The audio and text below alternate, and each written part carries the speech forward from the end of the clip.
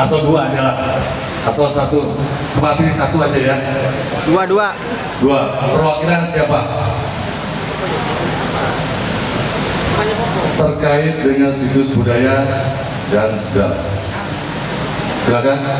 Baik, langsung dari divisi hukum silakan.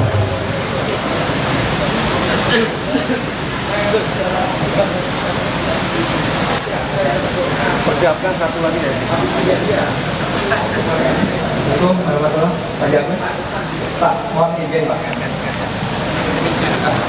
Sekiranya di suatu taman cagar budaya, contoh di Gunung Batang, itu ada makam-makam yang awalnya tidak ada. Itu bagaimana sikap kita? Dan bagaimana sikap dari cagar budaya sendiri untuk menyikapi hal tersebut? Karena harus tegas juga Pak. Karena yang kasih itu Pak, bangsa kita nantinya Pak, kehilangan asal usulnya. Dan apakah memungkinkan bila mana keturunan beliau misalnya atau kerabatnya memohon kepada pengadilan agar diberikan izin untuk memindahkan makam yang diduga tidak berizin tersebut, tentu dengan pengawasan dari cagar budaya. Gitu Pak. Terima kasih. Sebentar dulu Pak Haji, biar sekaligus pertanyaannya sekaligus dijawab ya. Satu lagi, waktu kita. Assalamualaikum warahmatullahi wabarakatuh. Apa Bapak? Ini untuk menyikapi berbagai polemik yang ada di Indonesia, terutama masalah makam-makam. Di mana kami juga menangani masalah di Tuban, itu kan merupakan situs cagar budaya. Di mana pada saat ini dari cagar budaya atau makam-makam lama itu, ya kan, itu saat ini kan dirubah. Kami menemukan berbagai nisan andesit itu tidak dipakai, bahkan itu digeletak, ibarat itu apa ya, digeletakno itu ditaruh di sembarang tempat, disisihkan sebelah sana, kemudian diganti dengan keramik, dengan granit atau keramik itu yang diberi nama. Itu kan juga mohon maaf, apakah itu merupakan sebuah perusakan cagar budaya apa tidak yang ada di Sunan Bonang atau lingkungan Sunan Bonang? Itu yang pertama. Mohon itu nanti juga itu ditindaklanjuti agar supaya apa? Agar tidak terjadi klaim-klaim atau pemalsuan makam-makam. Ini kami tengarai atau diduga, kami duga itu merupakan sebuah pemalsuan makam. Ya, nama-nama. Yang kemudian terkait masalah Winongan juga, itu juga ada salah satu makam uluhur, makam tua, di mana pada saat di Winongan Kidul itu di Pasuruan terjadinya suatu polemik yang akhirnya masa membongkar bangunan yang ditengarai atau diduga menindih makam-makam itu. Nah, mohon kiranya dari Bapak nanti memberi jawaban atau mungkin memberi penjelasan terhadap orang-orang yang mungkin di Pasuruan nanti, agar supaya itu menindaklanjuti, karena ini berdampak kasus hukum Bapak. Saya benar-benar di Winongan itu ada teman kami ya, itu dikenakan 170 malah 170 juta 179 juta 55 itu. Nah, ini juga merepotkan kami, membuat kami sedih. Bukannya pihak pemerintah itu membantu menolong, tapi justru malah mendiamkan pihak pemerintahnya. Demikian, mohon kiranya terkait masalah cagar budaya atau apapun yang bukan hanya di Tuban, di Pasuruan, tapi banyak perkembangan yang ditengarai seperti di Sunan Gunung Jati itu yang maisanya dicuri, dan siapa yang mencuri kita kan sudah tahu juga. Demikian, terima kasih. Wassalamualaikum warahmatullahi wabarakatuh.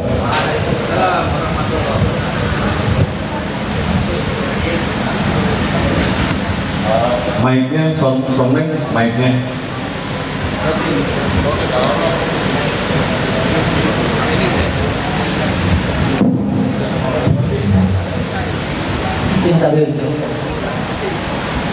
Tentang cagar budaya, jika ada satu objek yang mengalami perubahan, jadi penanganan kasus ya ini ya, yang diduga ada tindakan pidana, baik itu pengerusakan, penghilangan, ataupun perubahan objek. Di setiap kementerian saat ini ada perwakilan dan di setiap provinsi. Kalau di Jawa Timur ada BPK Balai Pelestarian Kebudayaan perwakilan yang di Trawulan. Dulu di sana Balai Cagar Budaya.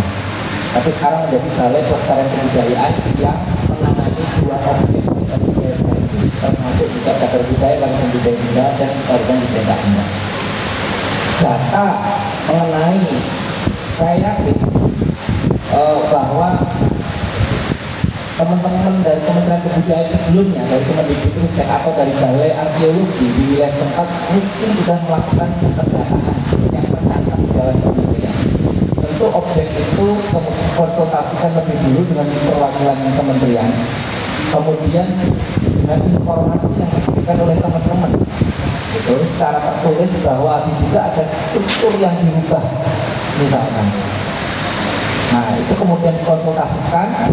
Nah nanti di sana di kami itu ada namanya penyelidikan. Sebelum lari ke penyidikan, tugas penyelidik dengan penyidikan berbeda. Ketika di pegawai negeri ada PPNS, nah itu nanti ada penyelidikan lebih dulu.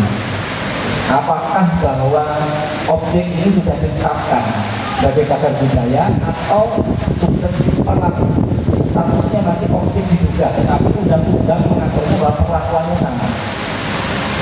Yang kedua, konteks objek itu apakah pemerintah setempat dinas kebudayaan karena wilayahnya berada di sana sudah juga karena wilayah kerja berkoordinasi dengan dinas setempat, teman-teman dengan dinas kebudayaan setempat untuk juga berkoordinasi, karena ketika satu objek menganut undang-undang yang sekarang itu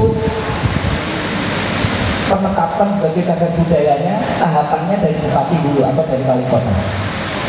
Jika itu belum, berarti koordinasi biasanya dengan Kementerian Kebudayaan perwakilan dan itu ada datanya. Nah nanti ada penanganan apakah ini dilakukan rehab kembali secara ilmu arkeologi dikembalikan. Biasanya orang arkeologi tidak akan detail ukurannya, struktur nisannya, gayanya yang mewakilinya. Dan memang di banyak tempat kasuistik yang terjadi, makam-makam leluhur yang 1000 tahun 1500 misalkan itu pada abad 20 mungkin juga sudah diganti, karena tradisi memuliakan leluhur itu dengan barang baru itu yang terjadi. Jangankan para ulama, makam para raja-raja juga terjadi. Tetapi undang-undang bisa mengaturnya jika dalam satu kajian ilmu bahwa benda itu usianya secara konteks lahiriahnya sudah ada perubahan dan usia objeknya tidak menyampai 50 tahun, tetapi dia mempunyai nilai penting sejarah, itu bisa diajukan berdasarkan penelitian para ahli statusnya sebagai cagar budaya. Undang-undang mengaturnya untuk itu. Makanya teman-teman juga bisa mempelajari hal itu dan tidak bisa gegabah pula. Nah ini kasus laporan tentunya ya, membuat makam baru yang tadinya tidak teridentifikasi, tidak ada. Tentu informasi dari mana? Apakah dari kepolisian setempat? Nah itu teman-teman melakukan laporan. Laporan tidak harus selalu bisa teman-teman sendiri. Dan ini merupakan gerakan atau inisiatif dari teman-teman, dan masyarakat memang wajib perlu untuk terlibat di sana. Bahkan karena juga di daerah itu ada tenaga cagar budaya juga, teman-teman itu juga bisa berpartisipasi untuk berkoordinasi melakukan pengamanan dan pengelolaan, bahkan pemanfaatan cagar budaya boleh. Pemanfaatan cagar budaya untuk dijaga, bagaimana dia dimanfaatkan karena banyaknya bersiaran dan segala macam. Nah itu teman-teman laskar itu bisa menjadi sukarelawan atau tenaga di dalam hal untuk penanganannya. Nah proses hukum tentu nanti akan dilihat ketika penyelidikan itu ditindaklanjuti dalam penyidikan, maka undang-undang penyidikan atau penyidikan itu punya batas waktu. Apakah berjalan selama, dan biasanya 3 bulan, dan itu akan melibatkan para ahli. Nah, kalau sudah masuk ke penyidikan, nah ketika itu konteksnya sudah masuk ke sana, pemerintah tidak membiayai itu, dan teman-teman bisa terlibat sebagai informan, terlibat untuk di dalamnya untuk bekerja sama. Saya rasa seperti itu. Ya, terima kasih. Mungkin ada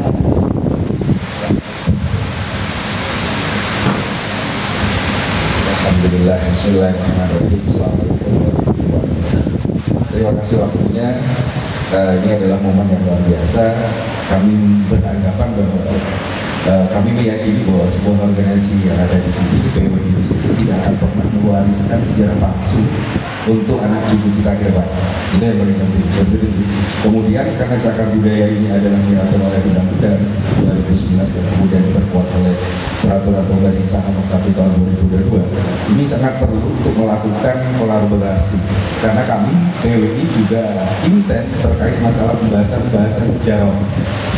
Ini perlu tim advokasi mungkin melakukan kerjasama kepada Kementerian Budaya untuk saling mengikat bila mana nanti ada kejadian atau memberikan edukasi kepada masyarakat, baik itu dalam bentuk seminar atau bentuk apapun. Yang paling penting di situ adalah edukasinya kepada masyarakat. Ekses dari itu nantinya akan memberikan sebuah pelajaran yang luar biasa kepada masyarakat, sehingga tidak hanya PWI saja yang sadar terhadap masalah sejarah, tapi masyarakat luas itu juga tersadarkan dengan agenda-agenda yang kemudian dilahirkan oleh kerjasama antara Kementerian Kebudayaan dengan organisasi kami PWI, seperti itu. Betul. Oke. Jadi teman-teman di sini kan ada dari berbagai daerah. Betul. Di setiap daerah ada perwakilan, tidak harus selalu ke pusat. Ketika objek itu misalkan Sunan Kalijaga, kan status objek itu bertingkat, peringkat kabupaten, peringkat Jawa Barat, provinsi, dan tingkat nasional. Ketika objek itu sudah ranahnya sudah nasional, maka teman-teman secara kapasitas komunikasinya teman-teman BPP pusat langsung dengan teman-teman. Ketika dia di provinsi, maka statusnya misalkan dia mempunyai nilai sejarah peringkat daerah, tingkat provinsi, maka dia dengan gubernur berdasarkan pilihan dinas kabupaten. Ketika cagar budaya statusnya peringkatnya kabupaten, maka dia berkoordinasi. Nah, teman-teman tidak perlu hanya berkali tidak harus ke Jakarta, karena ada perwakilan di sana di setiap BPK. Nanti saya bisa kontak melalui Humas Kiai Miftahul, bahkan bisa berikan informasi. Teman-teman setiap pengurusan itu bisa membuat acara di daerah untuk membuka sosialisasi dalam acara apa, kemudian materinya yang diberikan apa, sosialisasi tentang cagar budaya. Terus kemudian bagaimana kemitraannya dibangun, keterlibatan, karena memang Mitigasinya seperti apa? ya seperti apa? Karena memang tenaga penelitian itu sedikit, sangat sedikit, ya, dan tidak walaupun nanti ada memang tahapannya. Jika teman-teman misalkan ada di daerah itu, teman-teman bisa juga melakukan pengelolaan untuk dimanfaatkan, jaga untuk nanti ada pembinaan bagaimana kalau dia ada perlindungan pada zona intinya bagaimana, nilai arkeologi seperti apa, bahkan untuk pemandu bagaimana untuk nanti secara resmi dibina, dan itu gratis asal ada surat resmi dari pengurus untuk meminta. Baik. Ya, gitu. Nah, seperti itu. Ya. Kami nanti akan komunikasikan sama pengurus terkait masalah itu. Betul. Nah, kalau di daerah statusnya cagar budaya, teman-teman bisa diusulkan menjadi juru pelihara setempat. Kalau sudah statusnya jadi juru pelihara di-SK-kan oleh bupati, berkonsekuensi anggaran. Artinya dia gaji mungkin hari ini, walaupun bentuknya kuncen atau apa, status itunya dulu, kewenangannya dari negara itu diberikan. Terima kasih waktunya Pak Menteri. Sedikit saja mungkin, karena bagi kami pemerhati sejarah di situ ini sangat perlu untuk dilakukan kajian secara berlanjutan seperti itu ya. Karena banyak contoh-contoh di negara lain karena negaranya tidak punya kebanggaan terhadap sejarahnya leluhur kita, sangat mudah untuk diruntuhkan. Makanya kebanggaan kita, anak cucu kita di situ adalah bagaimana sejarah itu ada dan tetap bermakna untuk masyarakat sekitar yang ada. Terima kasih. Assalamualaikum. Ya, sekali lagi saya kunci informasi. Ketika pemandangan sebuah objek, kita selidiki dulu objek ini berarti tentang siapa, dia ahli warisnya siapa. Nah, kita perlu legalitas. Artinya jelas kita memperjuangkan, memfasilitasi. Oh ini status misal keluarga, status lahan milik makamnya di pemerintah atau di kelurahan, terus kemudian ahli warisnya siapa, dan ahli warisnya mungkin jauh tapi sebagai murid atau sebagai hubungan emosional keilmuan dan segala macam, para sahabat teman-teman mengetahui bahwa itu adalah guru, misalkan itu silahkan.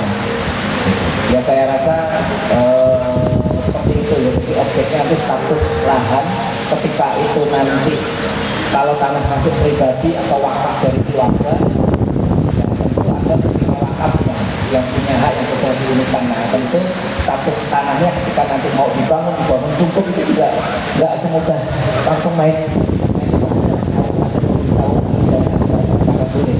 Ketika mau melakukan pemugaran, kemudian sesuatu yang sudah dirubah kemudian dikembalikan lagi, asal ada bentuknya sebelumnya dari arkeologi itu bisa dikembalikan lagi, direvitalisasi kembali. Baik, terima kasih Pak Hadian. Tanpa menghilangkan nilai arkeologinya. Ya, apa namanya? Saya kira cukup dulu karena guru kita